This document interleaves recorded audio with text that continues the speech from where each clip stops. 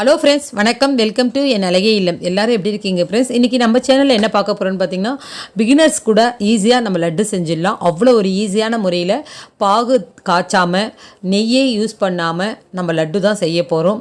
ஈஸியாக 10 நிமிஷத்தில் இன்ஸ்டன்ட் லட்டு நம்ம செய்ய போகிறோம். வாங்க எப்படி செய்யறதுன்னு சொல்லிட்டு வீடியோக்குள்ளே போய் பார்க்கலாம். ஒரு கடாயை எடுத்துக்கலாங்க. அதில் 1 கப்பு சர்க்கரை சேர்த்துக்கலாங்க. அதே கப் அளவுக்கு தண்ணி சேர்த்துக்கலாங்க.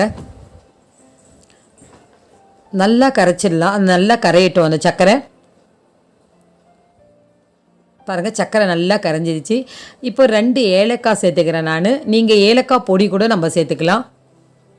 சேர்த்துட்டு நமக்கு பாகு கம்பி பாகு அதெல்லாம் எதுவுமே வேணாங்க. பிசு பிசுன்னு கையில் வந்துச்சுன்னா அது பாருங்கள் நல்லா இந்த பிசு பிசுப்பாக ஒட்டுது பாருங்கள். அந்த டைம் நம்ம ஸ்டவ் ஆஃப் பண்ணி வச்சிடலாங்க. இப்போ ஒரு பவுல் எடுத்துக்கலாம். 1 கப்பு கடலை மாவு நான் எடுத்துக்கிறேன்.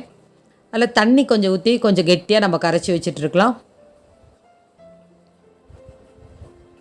நல்லா கரைச்சிக்கோங்க. ரொம்ப கெட்டியாக இருந்தால் கொஞ்சம் தண்ணி கூட நம்ம ஊற்றி கரைச்சிக்கலாம். பூந்தி போடுறது அளவுக்கு திக்னஸ் போதும் நமக்கு. இப்போ ஒரு பிஞ்ச் அளவுக்கு நான் கலர் ஆட் பண்ணுறேன், ஃபுட் கலரு. நீங்கள் இஷ்டப்பட்டால் போட்டுக்கோங்க, இல்லாட்டி வேண்டாம். ஒரே சின்ன பிஞ்ச் அளவுக்கு ஆப்பா சோடா நம்ம யூஸ் பண்ணிக்கலாம். போட்டு நல்லா மிக்ஸ் பண்ணி வச்சுக்கலாம் மாவு. பாருங்கள், இந்த கரண்டி போட்டு குழி கரண்டி அதில் கரண்டியில் மாவு ஒட்டுறது தான் இதுக்கு சரியான திக்னஸ். இந்த திக்னஸ் நமக்கு போதும். நல்லா பாருங்கள், மாவு ஒட்டுது கரண்டியில். இந்த இது போதும். இப்போ ஒரு கடாயில் எண்ணெய் வச்சுட்டு எண்ணெய் காஞ்ச உடனே நம்ம ஃபில்டர் இருக்கு இல்லைங்களா, அது ஒன்று வச்சு அந்த ஃபில்டரில் ஃபில்டரை தட்டி விடுங்க. நல்ல பூந்தி பாருங்கள், கீழே பூந்தி பூந்தியாக அப்படியே விழுது. மாவு ஊற்றி நீங்கள் தட்டினீங்கனாவே அது எல்லாமே விழுந்துடும். இப்போ நல்லா வெந்த உடனே நம்ம எடுத்துடலாம். ரொம்ப கிறிஸ்பியாக வேக வேண்டாம், ஏன்னா அது காரா பூந்தி மாதிரி ஆகிடும். நம்ம பூந்தி ஸ்வீட் செய்யறதுனால கொஞ்சம் வெந்த உடனே நல்லா எடுத்துடுங்க. இப்போ எடுத்து இதை பிளேட்டில் நான் எடுத்து வச்சுக்கிறேன் பூந்தியை.